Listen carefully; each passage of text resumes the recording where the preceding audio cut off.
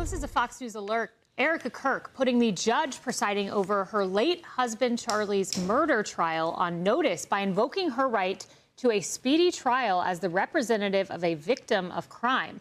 You can do that in Utah. They're the only state to have such a law. And in a new court filing, she is accusing defense attorneys of dragging their feet as they attempt to kick the prosecutor off the case. The next hearing on that topic is set for 2 weeks from today. Okay, I'm recording from home for the first time ever. I was fully prepared to have a normal day. Opened up my phone, read this Erika Kirk filing, and now I'm here talking to you like this is an emergency. And I don't normally do breaking news because I am way too under-resourced and like over-anxietied for that. But this is an unprecedented bombshell in the Charlie Kirk murder case. So I had to jump on here because America's favorite widow just invoked a legal right in her husband's murder case that is usually reserved for the guy in handcuffs. I thought I misunderstood it. I did not. I'm not a lawyer, but most of my friends are. And even they are like, this is a little weird. So I brought one in today. The Sixth Amendment's right to a speedy trial belongs exclusively to the accused, the person facing criminal charges. It exists to protect defendants from sitting in jail or living under the cloud of prosecution indefinitely. Victims do not have a constitutional right to speedy trial because their liberty is not what's at stake.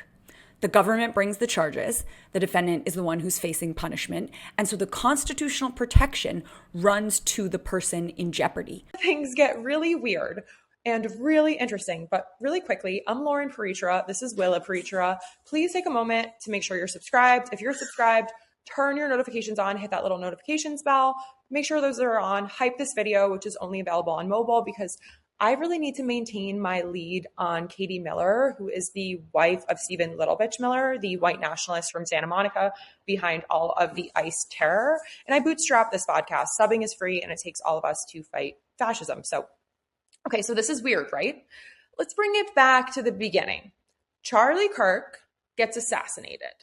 Shocking, horrific footage, politically very radioactive. And then before this case even really gets off the ground, his widow steps in and basically says, hey, judge, just so you know, I'm invoking a right that is normally something that only belongs to the defendant. That's the moment where everyone goes like, what is happening here? Because here's the thing. Speedy trial rights are usually not a victim thing. They're a defendant thing. They exist so that the government can't just sit somebody there forever while it just figures this shit out. Victims do have rights, sure, but hey, they almost never show up this early and this formally. And telling the judge to pick up the pace, that's not how this normally works.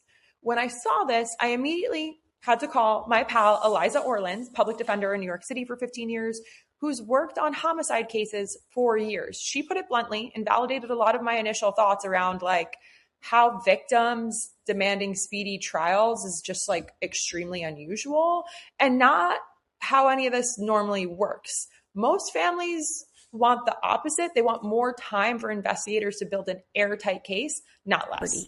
What Erika Kirk is doing is trying to flip the purpose of the Sixth Amendment on its head. She's trying to weaponize a defendant's constitutional protection to pressure the court into rushing a criminal case. That kind of pressure undermines due process, increases the risk of wrongful convictions, and creates exactly the sort of errors that get cases reversed on appeal. Victims have important statutory rights to be informed, to be heard, to participate. The Sixth Amendment is not one of them. Again, I'm not a lawyer, not pretending to be one. I'm just listening to what legal people are saying. And I'm trying to make sense of this and why it feels so off. So 4 months after this assassination, this is not normally court term. Some outrageous delays, murder cases especially, are messy, especially high profile ones. Usually they crawl at first. There's motions, conflicts, discovery, all the boring, necessary stuff. Normally, the victim's family is grieving quietly in the background while prosecutors and defense attorneys do their slow motion kind of knife fight. But not here, because we all know Erika Kirk has been on a full-on media blitz, basically since the moment her husband was brutally murdered. We've seen interviews, basically every stage, MAGA stage in America, appearances out the wazoo, positioning herself as the keeper of Charlie Kirk's legacy.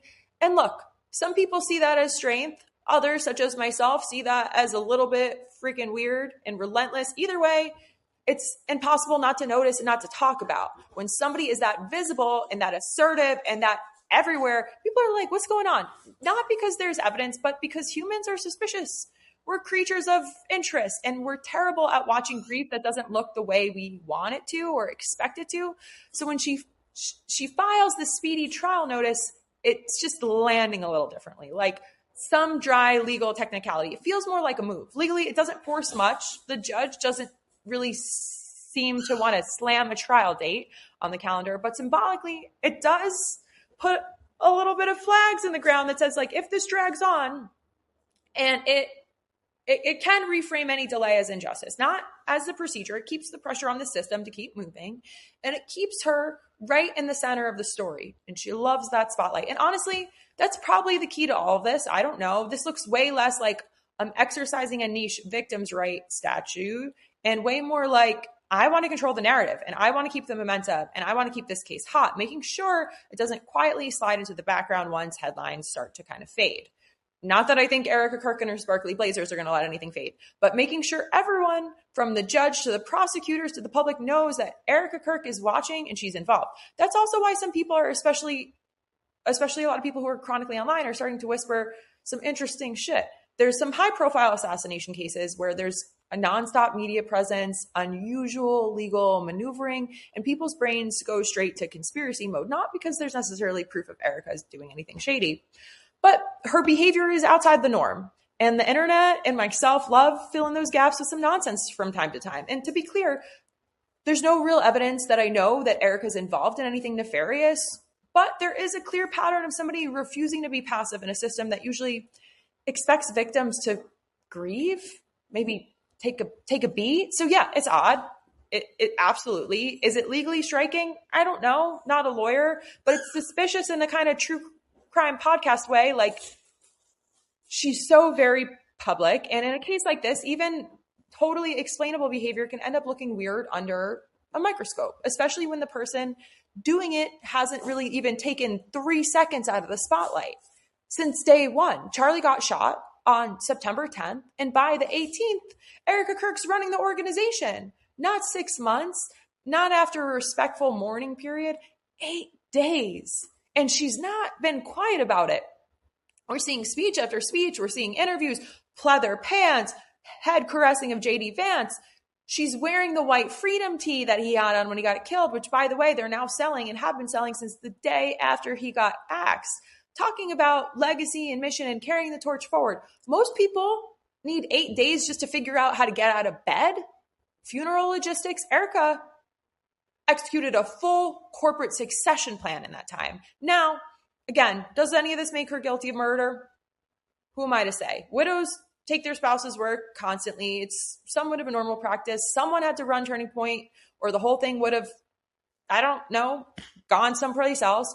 She knew the organization. She obviously worked with her late husband, and the board voted unanimously. But optically, this is fucking insane.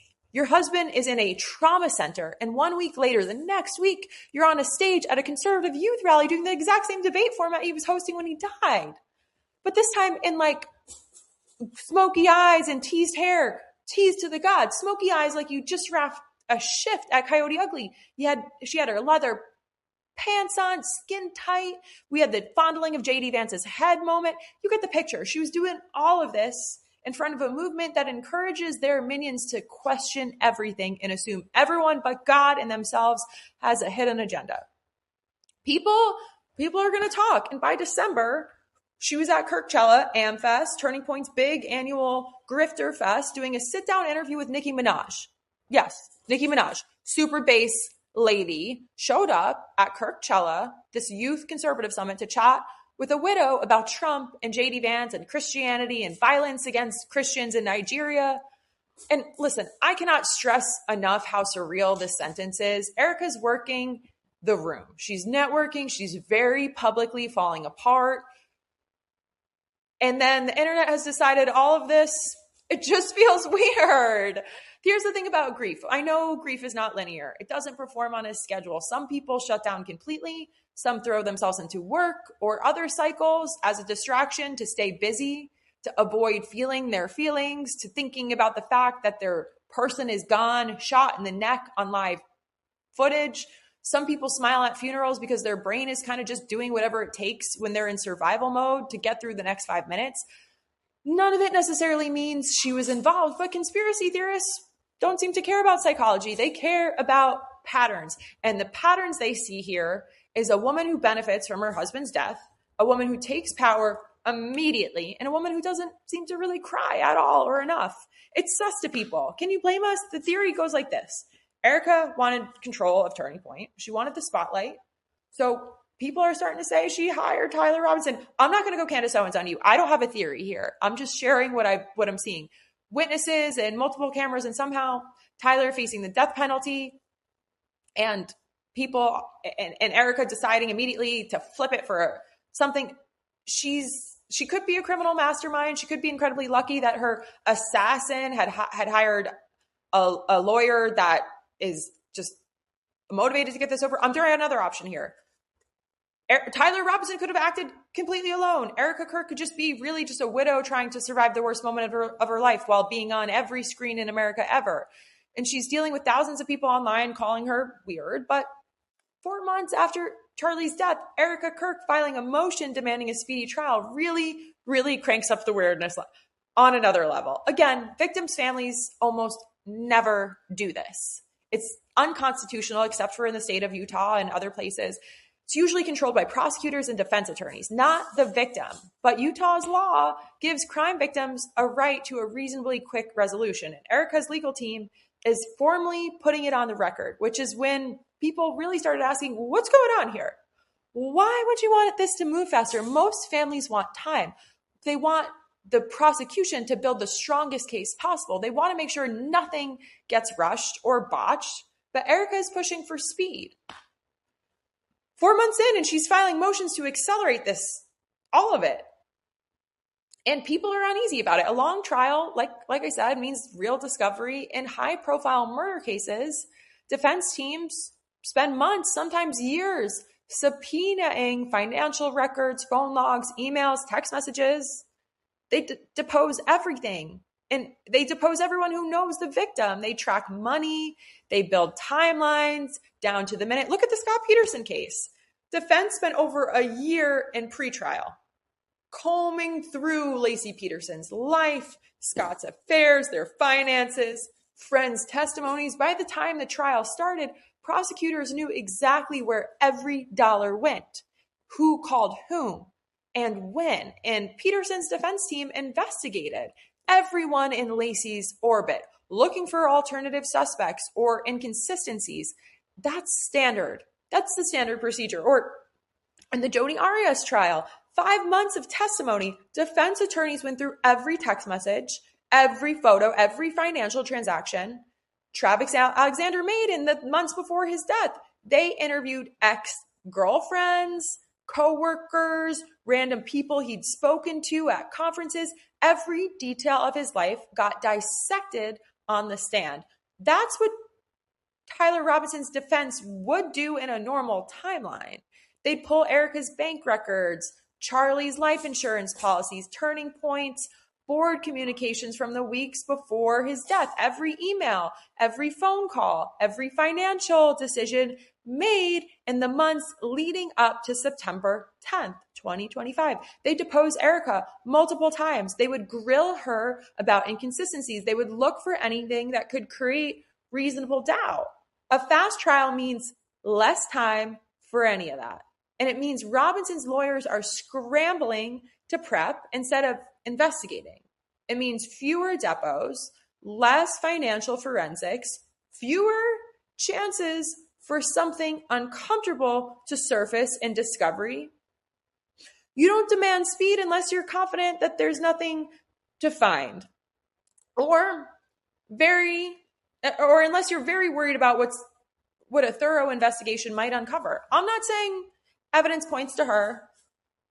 I'm not going to Candace Owens, you guys. Tyler Robinson is the one who's charged. But when somebody acts this aggressively weird, CEO in 8 days, media blitz, nonstop in December, speedy trial by demand, and this is happening now in January, people are wondering, what a slower, more thorough legal process might look like.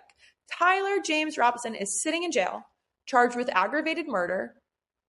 Ben Shapiro had to publicly beg right-wing media to stop accusing Erika, and Erika Kirk's innocence doesn't explain why she's acting so weird. And that's the problem.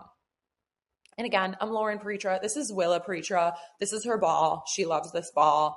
Let's get her face on camera.